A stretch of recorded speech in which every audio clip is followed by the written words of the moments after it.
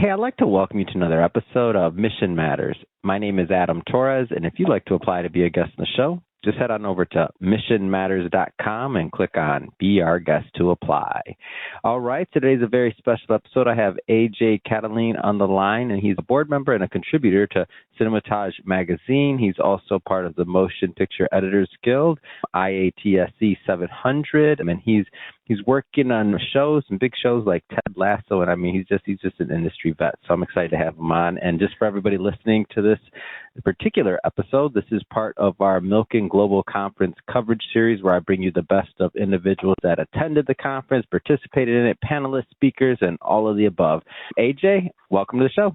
Hi. Thanks, Adam. Thanks for having me. Glad to be here. All right, AJ. So we got a bunch to talk about here. So definitely want to get into your work and what you're doing on a day-to-day basis. Also get into some things about, what's going on in the world of film and TV for union members, the slowdown, just, content creation in general. It's always great to hear from industry vet and also get your opinion on how things can be done better with either, tax incentives or otherwise. So we're going to get into all of that. But before we do that, let's have some shop on the conference. So Milken Global Conference. That's my Super Bowl of conferences every year.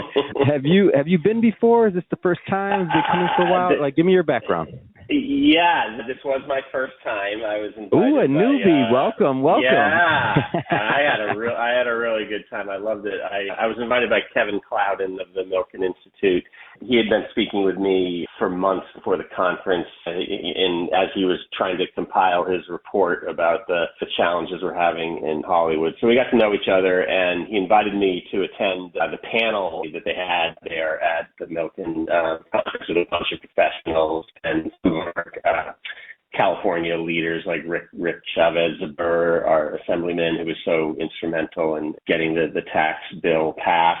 Yeah, so he invited me, and I spoke there mostly about post-production. But it was funny. I'd never been, and I had no idea what it was. When I got there, I couldn't believe all the security. I'm like, this is a massive Hollywood event. Describe that for a moment, because for a first-timer, when you get there, it's unlike anything else you've been to. It's like you're on this island, and then you look around, and you're like, wait a minute, who's that? All these people walking around, you're like, get out of here. They're just walking around. I mean, it felt like bigger than the Golden Globes, which I know they have there at the Beverly Hilton. And I've been to the Beverly Hilton. I'm a member of the American Cinema Editors, and we had our Ace Eddie Awards there. So, I'm used to showing up there in a suit and see. But this was, I couldn't believe the amount of security guards with earpieces, and I had to go through all this layers to get in. And when I got there, I could see why. So, I was texting Kevin because he moved the room, and I'm trying to find it, and the place was packed. And as I was walking to where they had the event, I'm going through the crowd, and up like 10 feet ahead of me comes this familiar face that I've seen all the time in the media. I'm like, oh my God, that's David Zaslav, the CEO of Warner Brothers. And he's like walking right towards me. And I've kind of learned this technique. And when you're in celebrity events, it's better to kind of stay put and let them come to you rather than you try. So I just kind of slowed down and made my way. He came like I was face to face with David Zaslav. And that was in the first 10 minutes of being there. I'm like, wow, this is an impressive conference. So I stuck out my hand and I said, hello, Mr. Zaslav. My name is AJ Catoline, and I'm an editor on Ted Lasso. And his face lit up, and he's like, oh, I love your show. Great work. Congratulations. Can't wait for you to be back. And I'm like, well, thanks, for being here. He's like, thank you for being here. And he laughed. I'm like, well, that was cool. That was like my introduction to the Milken Conference. So.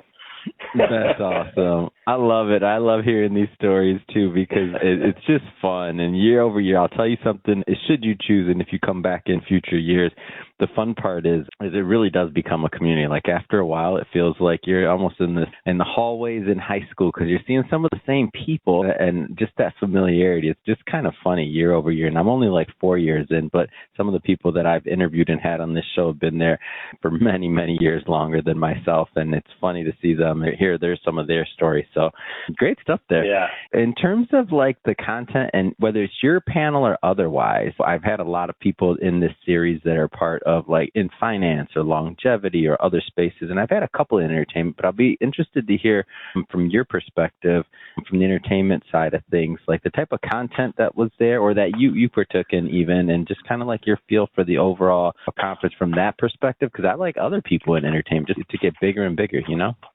Right. Well, I just attended that one day, and I did get to see they had something there about, this was not long after the fires when they had the conference. Yeah. And so I was listening to quickly and briefly a panel about that, and they had, I didn't get to attend too many, but I could see that it was a really good eclectic group of all of kind of Hollywood, and you had like a mix of people there, creatives and executives, and so I only got to, I mostly focused on being on my panel, but I mean, I think the general theme of what I was seeing was sort of, I think a Hollywood reset was the words I kept hearing.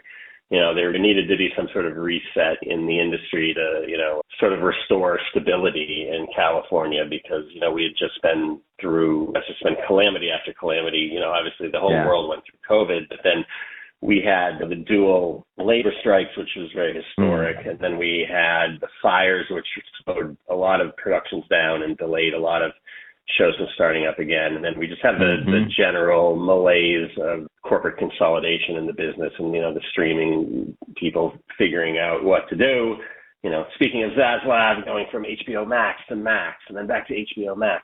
No, I'm joking. But it's a lot of figuring out like what the model is going to be. So that seemed to be the theme of all the panels that I was seeing and everyone's familiar about. Yeah. So speaking of something that you said, I want to maybe unpack a little bit further from your perspective, union members that are working in film and TV, just coping with the slowdown in general. Like, what are you seeing in the community? Yeah, it's still very rough. There was a saying back during the strike, survive till 25, and that became a bit cynical to say that because 25 is here. It's more than halfway over, and people are really struggling to survive. We have as I mentioned, I write a lot for Cinemontage magazine, which is the magazine of the Editors Guild. We're quarterly. We're also online at cinemontage.org. Let's check it out. But we have a series that we do called Tough All Over, how members are coping with the slowdown. And it's really amazing the resilience out there because people want to fight through it. They don't want to lose their homes. They don't want to move away. So we're finding, and even me, like I'm about to start season 4 of Ted Lasso, and that will be my first union job in 2 years. So I've been making do by editing things that I wouldn't normally edit. I've been doing a lot of like independent projects and like sizzle pitch reels for producers. Like they're great people, but these jobs don't pay a lot, and they're all very short, like 2 weeks here, 2 weeks there. I even spent some time editing some videos for the Keep California Rolling campaign, which showcased these people in the IATSE and all the various guilds, DGA, WGA, and how they're coping. But like one story that really comes to mind is we had one of our editors who's really good and had a lot of work and worked for years, and he went to work for Trader Joe's.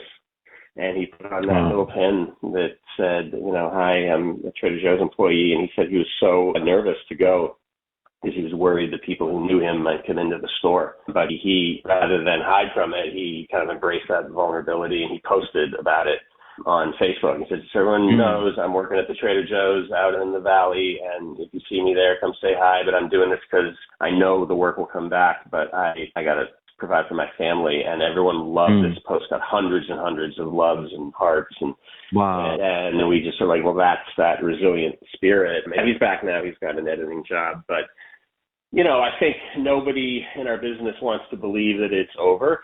We know that we have this tax bill that just passed and the governor just signed it, and we're hoping that it will bring change. And I think that, because you could argue, people are like, oh, Hollywood's done, it's going to other places, the new younger generation doesn't watch film and TV like we used to. Everything's on their phone. People are watching YouTube and TikTok, and it's hard to monetize that. But I think people are fighting that. And they're like, no, it will come back, and we're just in a transition period. So, so I think it's been tough and it's been hard, but people are just finding a way through.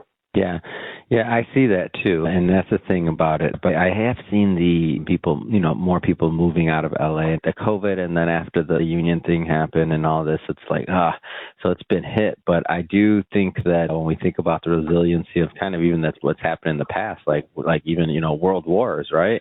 Think about like surviving things like that. I was reading a documentary, I don't know, was it like a Disney documentary or something like that the other day, like a book, I should say, or I forgot which one. It was like, I think like Walt or something like that, and talking about like what Disney was doing during World War. And I'm like, wow, like if we're talking about like things like that happening as well, then a pandemic and what we're dealing with now, I'm like, To me, Hollywood's resilient. Like, we're going to figure some ways around it. We'll keep moving forward, right? Like, I'm optimistic, but that's my bent anyway, so, Yeah. Well, I work in post-production, and we've had these previous disruptions around technological change. I mean, the biggest one, I think, came just when I was starting in the industry in the 1990s. We were moving from analog, from cutting on film and tape, to digital. And I saw my first Avid media composer when I was at USC in the 90s. Oh, wow. So you're back then. That's awesome. I'm back then. Cool. I'll date myself. Like... Yeah. but a lot of our, I had not been a member of the Editors Guild then, but a lot of, from what I heard, our members were really up in arms. And like, I'm not going to learn. I've been editing on film and tape for years. I'm just not going to learn this new way. And, now we're seeing also a little bit with AI. It hasn't totally invaded our space, but it is getting there more and more. We're seeing more software that's taking jobs away from, like, dialogue editors, for example. AI can move the lips of an actor to change it to match new dialogue, and we're seeing AI being able to clean up sound. So there is a lot of it. But so we've been through these technological changes, and I think the lesson always is to change and adapt, and rather than fight the current and swim upstream, to swim with it. So you're right. I think we will see some positive change and jobs come back if we just adapt to whatever it is that's new. If all the programming is going to be on the phone and everyone's going to watch YouTube and TikTok, then Hollywood needs to figure out how to make programming for that and monetize that. Because we're storytellers, first and foremost. What we do is tell stories. Absolutely. And I don't think that humanity is going to lose its interest in telling stories. I think that's always going to exist, and hopefully there'll be those jobs. Love it.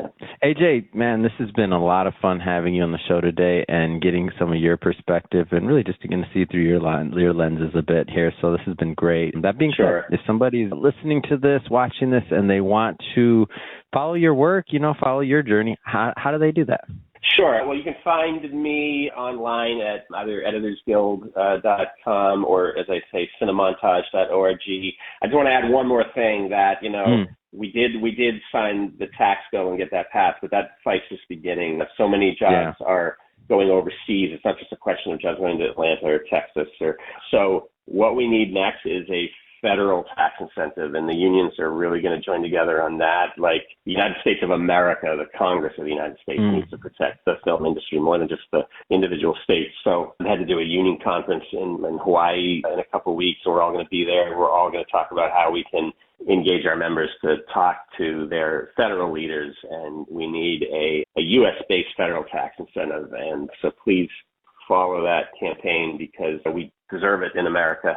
We deserve to protect our American storytelling, which is really unique to us. So please do follow that. Fantastic. And for everybody listening, just so you know, we'll definitely put some links in the show notes so you can follow up and connect with AJ's content. And speaking to the audience, if this is your first time with Mission Matters and you haven't done it yet, hit that subscribe or follow button. This is a daily show. Each and every day we're bringing you new content, new ideas, and hopefully new inspiration to help you along the way in your journey as well. So again, hit that subscribe or follow button. And AJ, thanks again for coming on. Of course. Thank you.